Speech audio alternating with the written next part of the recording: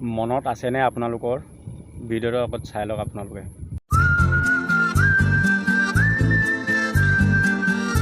মই এটা কথা বিশ্বাস কৰোঁ যে শিল্পী হিচাপে সামাজিক দায়বদ্ধতা থাকিব লাগিব এজন শিল্পীৰ। কাৰণ শিল্পী এজন মানুহে জন্ম দিয়ে, ৰাইজে জন্ম দিয়ে। যে যিমান যি কৰিলোঁ ৰাইজে যদি প্ৰশংসা নকৰে, ৰাইজে যদি ভাল নাপায়, সেইজন শিল্পী কেতিয়াও প্ৰতিষ্ঠা লাভ কৰিব নোৱাৰে। ৰাইজে ইমান মৰম দিছে আমাক।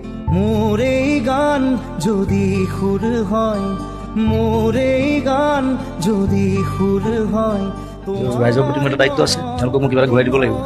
আৰ্টিষ্ট সদায় মানুহৰ লগতে, মানুহৰ কাৰণে জীয়াই থাকিব। মোৰ মিনতি কৰা হয় যদি তোমাৰ আকাশ চুব, মোৰ এই গান যদি সুৰ হয়, মোৰ এই গান যদি সুৰ হয়, তোমাৰ মনত ৰ'ব।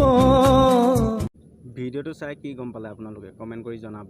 ৰাইজসকল, এতিয়া জুবিন দালৈ মনত পৰেনে আপোনালোকৰ?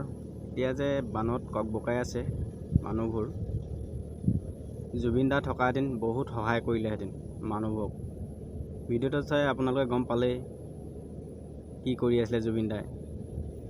ভাল পায় জুবিন দাই, অসমৰ মানুহবোৰক বহুত ভাল পায়, বহুত মৰম কৰে। Bye bye.